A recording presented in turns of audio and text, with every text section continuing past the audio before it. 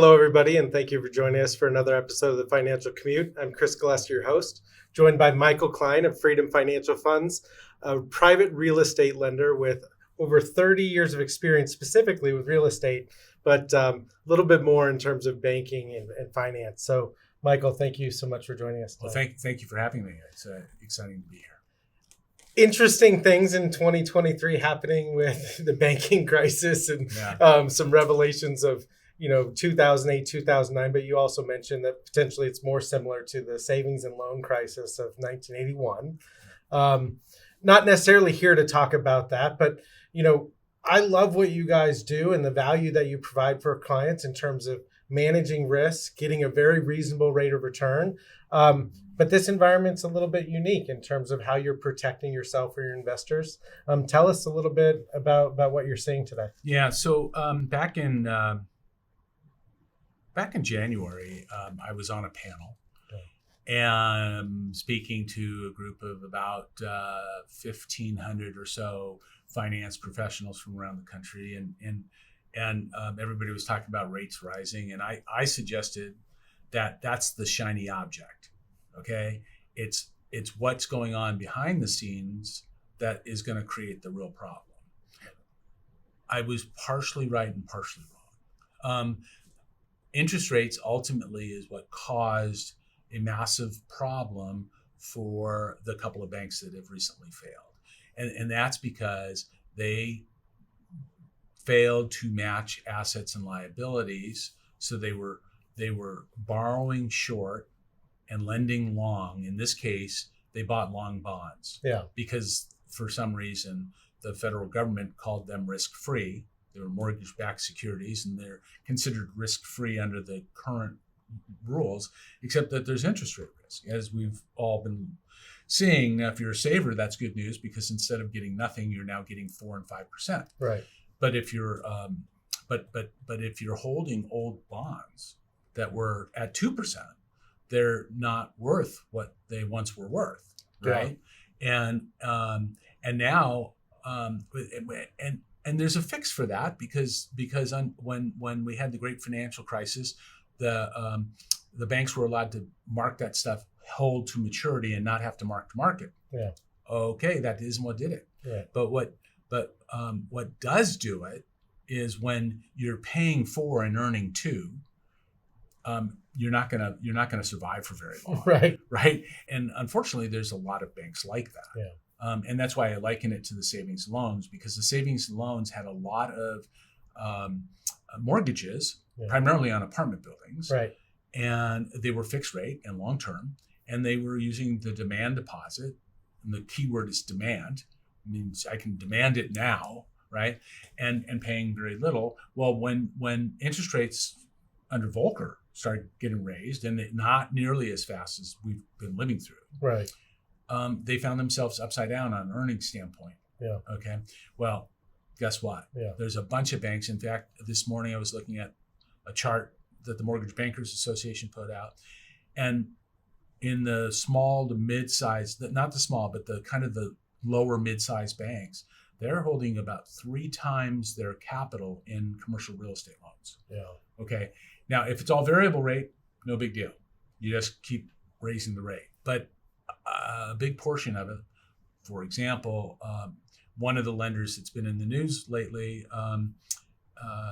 made a loan to one of our clients, $30 million, fixed at 3.5% about a year ago, but fixed for 10 years. So there's many risks. You can't just focus on one. There's the risk of repayment. We focus on that. Right. We spend a lot of time on that, and we can go into that later.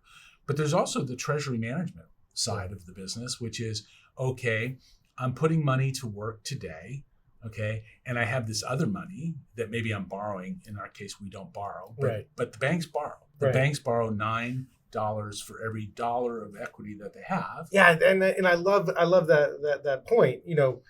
The banks caught themselves in a situation where they're earning 2, but they're paying 4. Right. And they're forced in this situation because they borrow. Right. Yeah. And the sad thing is that that Silicon Valley Bank got a clean bill of health not that long ago from the regulators that are supposedly in the know. Sure. Okay. it should tell you, do your own due diligence and invest in banks carefully. I'm not trying to come to Silicon Valley Bank's defense. Yeah. I don't think anybody expected 25% request for withdrawals in a 48-hour period. But at the end of the day, but that's a different issue, right? That's the issue of the run on the bank, right? And they don't have the ability to do something that private funds do, which is to gate. Right. So, and that's an important thing. And so, like you have experience in lending and finance, specifically around real estate lending, and I love what you guys do. So how do you protect investors in a situation like that? The redemption risk or the bank run? So let's go back to April of 2020 or March. And, the government shut down the economy, right? And people panicked. And we had around $15 or $16 million of capital waiting to come into the fund that one day was there and the next day was gone. Okay. And so because we're a fund and we have the provisions in our documents to gate, i.e. not allow people to get out, right? Okay. To protect the people that want to stay in. Yep. Okay. So that we don't have, fire being screamed in the theater, which is what happened with the Reddit article to SVN. Correct. Right? Correct. Okay. And, it hit Twitter, man, it was like, it was on fire. And then with online apps, you could empty a bank in 24 hours. It's amazing. I mean, that's the day that we're living in. Right. Without a line, without depression era lines that are in black and white. This was like in full color right now, full time. So we put a gate on the fund because we literally had all that money that was waiting to get in. Yep. Because we were worried about people trying to get out. Yep. And the thing about investing is when everybody's running away, the best time to run in is right then and there. Okay.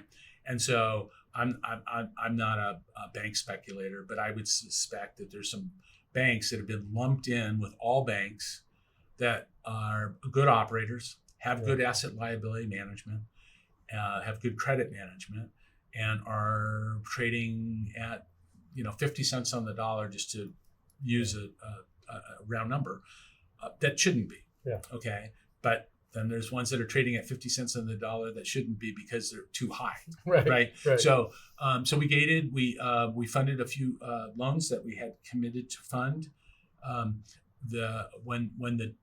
When the dust cleared about 5 weeks later, and people started to go, okay, this is livable. We can make it work. We removed the gate. And we didn't lose any money. No money was withdrawn from the fund, and we kept going. So, but if you can stop a panic, and that's what gates do, it's actually better for the investor because on average, human beings on average have a tendency to buy high, sell low. Yeah. They want to buy when everybody else is buying, and they want to sell when everybody's selling. And that's just the opposite of how to really make some, money. Yeah, look, I think redemption risk is one of those things that, causes investors to lose money because they make those emotional reactions. Mm-hmm. And by you being able to put that wall up and say, hey, we are going to honor these withdrawals that are in the system. We're going to do it in an orderly fashion. Right. And we're going to make sure that we don't have to sell really good things at really bad prices in order to meet that. So it might just take some time. Yeah. Let's talk a little bit more about your fund in particular, what you guys do in terms of the real estate lending and how you best protect investors. Sure. So we have a very specific plan, and that is to focus on only lending to real estate professionals that are adding value to real estate projects in the Western United States. That's it, full stop. Okay. Now there's a couple of key words in there. Real estate professional, key words. Okay. That means not your first project. That means people that have a fair amount of experience, have been through a few challenges along the way, and they've proven that they can fix them. Yeah. And adding value is another one. Okay, we get these requests. Oh, I want to take money out of my real estate so I can go buy a farm. No, that's not what we do. Right. What we do is provide capital to people that are creating value or changing a business plan, taking, in the news as of late has been office, right? And there's office buildings that will unlikely ever get filled again. Yeah. Okay. So what do you do with those buildings? Well, maybe the answer, and again, underline maybe, but is that you convert them to some other use like housing. Yeah. Okay.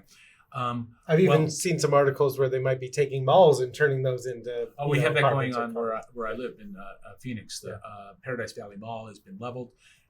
It's becoming towers. Here in Woodland Hills, that's going to happen with the old Westfield Mall. Yeah. Malls. There will be malls. There will be very few malls. And it's great real estate. The actual underlying dirt is very, very good. Yeah. So, but that's a value add proposition. It no longer really works as X. We have one that we recently got repaid on, but it was a good example. It was originally built for a grocery store and a bunch of the shops that you would find, the nail salon and the hair salon and the quick little, the restaurant, and all that stuff. And it was old and tired, and the grocery store had left, and and it was really in bad shape. Our client, because of his connections within his profession, which is retail, was able to put it in escrow, and while it was in escrow, before actually buying it, get a tenant for the grocery store space and a tenant to take a big chunk of the vacant inline space, and then devised a plan to literally demolish about 12,000 square feet of space, create more parking for the new gym that was going in, and turn it around. So he bought it for, I can't remember the exact numbers, but for this discussion, say $8 million, needed to put about $1.5 million in it. So total $9.5 million, worth $12 million all day long. Yeah. Okay. That's value add. And so how much would you loan on something like that? Well, in that instance, we lent him approximately 65% of the $12 million. Okay. Value. Yeah. And because we were very, very confident, I think it was our 13th or 14th transaction with this developer. Right. So we had a long track record already that we know that he knows how to get it done. Yeah. And so we felt very comfortable. And as it turned out, we were repaid by a long-term lender even before the project was 100% complete. And I think some of those stories are really cool. I mean, obviously, making sure that you're working with real professionals, having assets where there's real value add or value being created, making sure that you're comfortable with the actual value of the property and the amount that you're willing to lend on it. Right. In this environment, as rates are moving fast, and there's talks about cap rate, although cap rate doesn't always work in value add because you're creating value, and it's going to be a different cap rate on the exit than the purchase. So right. How are you valuing those assets when you're looking at lending in a fast moving interest rate hike environment? Yeah. So this is where commercial real estate in particular, but even the folks that are watching this, their own home. Yeah. Right. Real estate is it's not an efficient asset, right? It's inefficient. Okay. Mm-hmm. And every little detail matters. And so there is no real estate market. Yeah. There's your particular piece of real estate. Yeah. Okay. And that holds true even if you live in a large tract of homes in which you've got the Model 2 B option, right? But the next door neighbor's Model 2 B option doesn't have the view that you happen to pay extra for, right. And so it matters.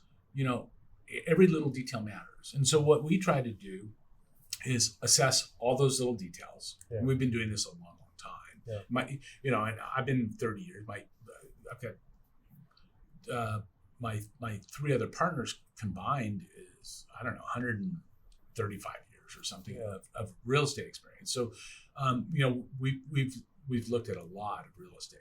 And so what we try to do is get a sense of where it would be today as if it were done today. And then add in a buffer. Okay. The likelihood of capitalization rates going down from here is very slim. The likelihood of them going up from here is pretty real. So we're erring to the side of up. An increase of rates, capitalization rates, and I think that's pretty fair. But we also, it's a competitive environment, so there's a need to be careful. And there's also a need to keep money working. But then, you bring up it's a dynamic, moving situation. Not every deal is the same. Some properties might have a better view or a better this or that. Also, some properties might have loans that are coming due, and the cost of that loan against that property is going to go up exorbitantly, right? Yes. So there's a lot of factors in it, and the success is in the details. What are you most proud of what you've been able to accomplish at your time at Freedom? Well, I started as a fund manager after being a banker for 20, almost 25 years. And I knew if I stuck to some core principles that we'd be successful. And those core principles are really straightforward. It's focus on the people, their credit, ultimately the business plan and the real estate. Okay. Make sure that you can structure your loan to match that business plan. Don't make the business plan match your loan. Okay. And then make sure you've got two ways to get paid that don't involve a lawsuit. Okay. If you do that on each and every loan, what you'll end up with is the track record that I've been able to put together with the help of my partners. Okay. I didn't do it on my own, but we've done over 400 transactions in the 14 years that I've been a fund manager, and a little over $2 billion. We've never foreclosed on a property. We've not lost a penny. Now, it's been a good 14 years. Right. And I can't promise that that's going to be, the same track record over the next 3, because I think we could have a bumpy road. But we've got multiple ways of getting our money back before we have to sue somebody. And we only deal with real professionals, and they have deep pockets. Because I don't know what the average net worth of our borrower is, but it's probably in the neighborhood of $60 million. Okay, so we have a portfolio that I could have taken to one of the banks I worked for, and we're proud of that. Well, look, we're ecstatic to work with you on a consistent basis, because here at Morton we focus on preservation of capital, risk management, and getting paid for the risk that we're taking. We want to make sure that we're diversified, but rewarding our investors for taking on some risk. And in those years of the zero interest rate policy, people were not rewarded for taking on the risks that they were, for owning government bonds or corporate bonds or munis. But you guys have been a phenomenal partner in helping us, protect the value of our clients' dollars, but generating a very nice, consistent income stream. So thank you so much for your partnership. Thank you. No, it's been fantastic. Thank you.